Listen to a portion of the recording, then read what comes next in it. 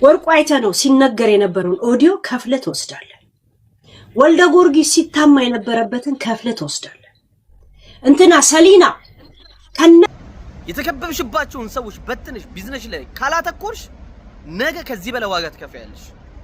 ሰላም ጤና ይስጥልኝ። እንግዲህ የተከበራችሁ ቤተሰቦች እንዴት ናችሁ? ደህና ናችሁ? ሁሉ ሰላም ነው? አሁንም የተጀመረ አላለቀም ትላላችሁ። መግቢያው ላይ እንዳያችሁት እንግዲህ ሄለን ስማቸውን እየጠቀሰች ዛሬም ማለት ነው ዛሬም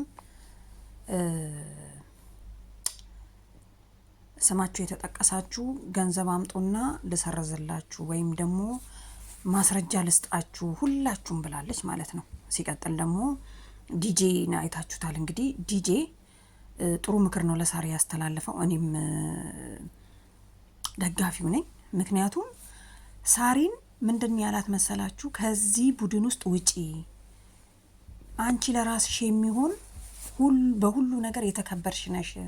ስለዚህ ዙሪያሽን የከበቡሽን ሰዎች እርሻቸው። እውነቱን ነው። እኔም ደጋፊ ነኝ። ለምን አትሉ? እንዲያልኩበት ምክንያት ምን እንደሆነ ሲጀመር ይሄን ሁሉ ለዚህ ሁሉ ያበቋት አብሯ ከጎኗ ያሉ ለሄለንም እሷ ከተናገረችው ውጪ ሳሪ የምታደርጋቸውን እንቅስቃሴዎቿን የሚነግሩት እነማን ናቸው? በሳሪ ዙሪያ የከበቧት ጓደኞቿ ናቸው። ትክክል ነው። ዲጄ በጣም ልትደነቅ ይገባል። ምንድን ያለው? በልጅ ምክሬ ሳትንቂኝ ተቀበይኝ ያለው ማለት ነው። ጀግና ነክ በእውነት ማለት ነው። አንዳንዴ ሰው ትልቅ ስለሆነ ወይ ትንሽ ስለሆነ አይደለም አስተያየት የሚሰጠው የሰውን ስሜት የሚረዳው። ገባችሁ? ለማንኛውም ወደ ሄለን ስንመለስ ማለት ነው። ሄለን እንግዲህ ዛሬ አይታችሁ ከሆነ ሚስተር ቤት ተሰብስበው ኢሜል ሊያደርጉባትና ዲፖርት ወደ ኢትዮጵያ ሊያረጓት መክረው ነበር ማለት ነው። ግን አንዱ መጥቶ ደግሞ እሷን ዲፖርት ማድረግ አይቻልም፣ ምክንያቱም እሷ የኖርዌይ ዜግነት አላት አንደኛ፣ ሁለተኛ ደግሞ ማስረጃዎች አላት። ሄለን ምንድን ያለችው? እኔን ዲፖርት ብታደርጉኝ እናንተ ልጄን ወንድ ልጄን ጾታውን ቀይሯል ብላችሁ ተሰርቡኝ ነበረ፣ የሱ ማስረጃ አለኝ። እኔን ዘቅዝቃችሁ ስትሰድቡኝ ነበረ፣ ማስረጃ አለኝ። ይሄ ራሱ ያስቀጣችኋል። እናንተም ሂዱ፣ እኔም ሄድባችኋለሁ፣ አልፈራም። አሁን ስማችሁን የጠቀስኳችሁ ሰዎች በሙሉ ወይ አንበሳ ወይ ገንዘብ ይዛችሁ ኑና ቦይሳችሁን ለራሳችሁ አስረክባለሁ፣ ከዛ በኋላ ከኔ ላይ ደልታለሁ፣ ከዛ በኋላ አቆምላችኋለሁ ብላለች። አለበለዚያ አንቋቋሙም። በእናንተ ሰበብ ማለት ነው፣ በሌላው ሰበብ ነው አሁን ሳሪ የምትረገጠው። ምክንያቱም ሳሪ ባወራችሁ ብቻ ሳይሆን ሌሎቻችሁም ከስር ከስር ሳሪ እንቅስቃሴዋን በዚህ ሰዓት ራሱ ለሄለን የሚያቀብላለ የሳሪን እንቅስቃሴ። በጣም የሚገርመው ሰሊና የምትባዩ ሰው ግን እስካሁን አላየውሽም። አንቺም አዘጋጂ ተብለሻል። ወይ አንበሳ፣ ሁለት አንበሳ ነው አንቺ የተባልሽው። ምክንያቱም ልጅ ስለሆንሽ ብር ብዙ የለሽም ስትል ሰምቻታለሁ። ኦኬ።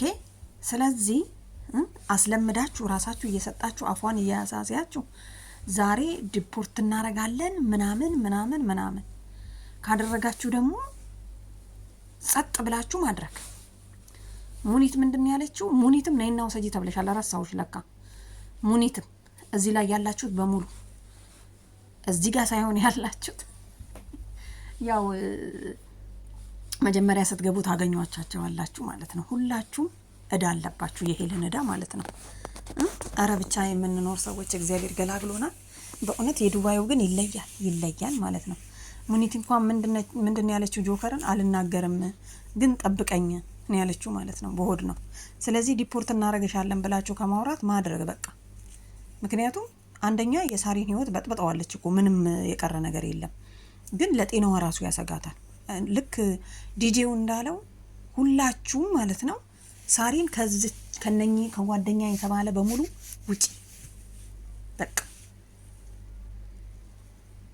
ምን ያደርጉልሻል? አየሻቸው እኮ። ስለዚህ በእነሱ ሰበብ ነው እንደው የምትሰደቢው ማለት ነው። እነሱ ባይኖሩ ኖሮ አንቺም ስለነሱ ባላወራሽ ነበር።